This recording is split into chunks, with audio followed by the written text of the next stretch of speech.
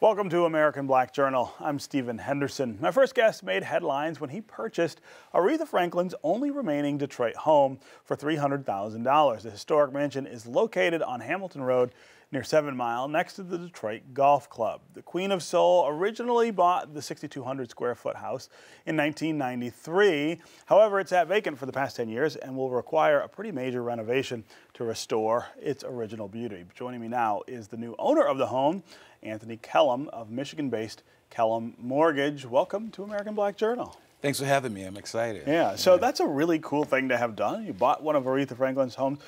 Talk to me about how you became interested in the house, and talk to me about what it felt like to buy a piece of her history. Wow, it's an amazing feeling. It really was, to walk the property, see the property. It was just surreal, you know, seeing all our items, and it took me back to my childhood. My mom was a tremendous Aretha Franklin fan. Yeah. Listened to the music all the time on Saturdays, on the weekends, in the probably early 70s, and you know, she's passed, so I just had a warm connection there. Oddly enough, being in the house, I just felt kind of the Queen of Soul's presence, and the property reminded me of her struggles and always landing on her feet. You know, she was always, she'd fall down, but she always got up, and she got up in a big way, you know, so speaks a lot to Detroit, what we're doing here in the Renaissance of Detroit. I feel like more than anybody else, more than any other famous person here, she really embodied that Detroit idea of they can knock you down, but you will always get back up. Absolutely. And get up bigger than you were before. I mean, she always did that. Absolutely. So she would just land, I mean, just at the apex, and it was great. It was somewhat emotional walking through it, and glad I had an opportunity to purchase it, and thought about my own journey in the real estate market. It's been highs and lows, and you know, so you say cyclical, real estate, right. And I compared them to, you know, hey, you know, she did it. She stayed faithful and persevered. So can the rest of us. So tell me about the house itself. What kind of house is it? It's a big house, 6,500 square feet. Yeah, it's a beautiful 6,200 square foot Tudor. 5 bedrooms, 6 bathrooms, just a gorgeous architect. They were building them back then, man, like no other, no other, you know. So we want to maintain a lot of the aesthetic beauty to the property, implement a little bit of touches of Aretha, and also modernize it a little bit, just enough, blend it just enough where it makes sense, you know. Yeah. What are your plans for the house? I mean, is this a place you're going to live? Is this going to be an historic site that people can come see? That's a great question. Idea? So, as you know, the golf outing is coming in June. We have a big golf tournament coming to Detroit. That's Absolutely, and I would like to have the house ready for that, to show the world where she lived, and to show the world the work that we put into it. You know, but the plan is to sell it to a worthy family that can appreciate the history and the value. And the Detroit Golf Club is just an amazing community. The golf course do a great job over there. It's just a beautiful property, beautiful area, beautiful people. Yeah, I was going to say that area is undergoing its own change right now, a sort of rebound. Absolutely. From the crash of the last decade. People are buying those houses. Families are moving into those houses. It's nice to see. As a guy like me that's in the mortgage business, it's nice to see people owning homes and buying homes again. It's so crucial. People have to understand owning property is a very crucial, especially to our community and our neighborhoods. And so I'm glad to see that. Right. You know, there was recently, someone was talking about this statistic that just now is true in Detroit, that we, for the first time in many, many decades, have more people renting in Detroit than we do owning. It's not good. In a city where black homeownership in particular is so much a part of the history and so much a part of the building of that black middle class, that's a pretty distressing figure. Yeah, I was depressing when I got that, when I heard those numbers, and I thought, you know, I have to do my part to get out here and let people know owning a home.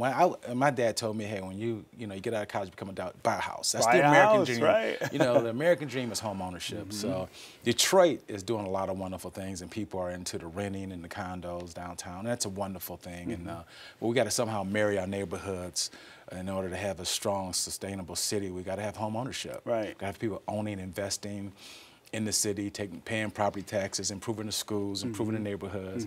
I played in the city of Detroit. I had friends, went up and down the street, went to school there, walked to school. Right. Not anymore, you know, not so much anymore. So it's very, very important. Yeah.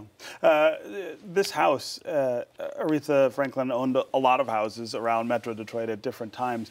Where does this fit into sort of her history? What was going on for her when she bought it? Did she live there? Yep, she did live in the property, and she named the property the Rose Estate. So she did an album with Lauryn Hill called the Rose Album, and there's a big rose in the living room there on the floor. Really? Doorknobs of rose. So there's something to that rose that was important to her. But all her property was named after something that she was working on, some album or song that she was working on. And how much of that was left in the property? How much of that is there for you to sort of take care of? The major piece is the rose and the carpet. Okay. Yeah. The wallpapers and things of that nature, we're not going to keep it. No. A little dated. Yeah, a little dated, you know. But that rose is special. She has some very unique doorknobs and handles in the house that got the rose accents to them. They're very beautiful. So we like to sprinkle those into the property as well. Yeah. What's the reason that the property fell into disrepair? The rumor has it is that, she had a lot going on, and she's been taken advantage by a lot of people. That's absolutely true. So I think she relied on people that didn't do their job. I know you're busy. I'm busy. So you rely on certain people to do things for you, sure. And you trust them. And I don't think that they did the job that she expected. Yeah. Yeah. One thing is important, though. I know she had some tax issues there from time to time, but she kept that property. Yeah. And it was funny. She's got a real estate book. How I made money in real estate was on the counter. Right. So owning property was important to the Queen. Yeah, yeah. When we talk about that area, the golf course and the houses around that golf course, there's a lot of famous people also who own houses over there. So she was neighbors with lots of other people who were Detroit royalty, I guess you would say. Well said. Yeah. This is true. Detroit royalty lives over there, and you can too. Yeah. Right? Because you're gonna be selling it. Jew, right? Right. I had to plug that, right? That's okay.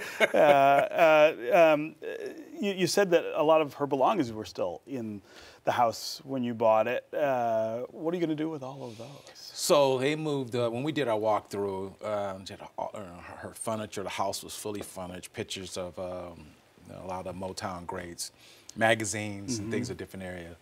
But they moved all those things out, but they left her bed, which I thought was odd. I mean, the Queen's bed is there. There's a beautiful sunken bathtub that's there, you know.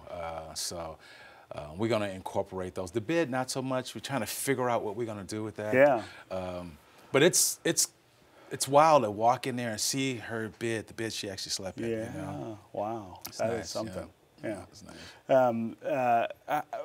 Is this something that you do a lot? This idea of interest in historic properties, properties that have connections to Detroit's past? So on the mortgage side, we've done mortgages for some pretty high-profile people. On the property development side or rehab side, no, not so much. We do a lot of buying houses, fixing them, and selling them. And selling them. Yeah. But really nothing on this scale. Yeah. That we've what are you seeing in the market now? I mean, a lot of people are talking about how the city's coming back slower in the neighborhoods than it did downtown and midtown, but that one of the signs is the ability to buy property, fix it up, and sell it to somebody else, and make at least a little bit of money, right? So that's a phenomenal question. I'm glad you brought that up. We buying property in Detroit, and people from other places around the country are moving here and buying those properties. They want it, right? So, I just want people, you drive around, you see an empty house in a nice, strong neighborhood, buy it, fix it, sell it, that's kind of what we're trying to do. Hey, we'll buy it, fix it, sell it, improve the value of that neighborhood, create home ownerships. We want families walking around, but we entered into the Rosedale Park area and bought property there. You'd be surprised at people they were moving like hotcakes. Yeah. But here locally, for some reason, there seems to be a disconnect of what's really going on in our neighborhoods in terms of home ownership. You know, there seems to be a disconnect, and we're just trying to bridge that connect. Get people to get on board. Right, absolutely. Right. Well, congratulations on Thank the you. home. I'll want to come check it out during the golf tournament. Absolutely, done. This spring. Thank you for having me. Yeah, thanks for being here.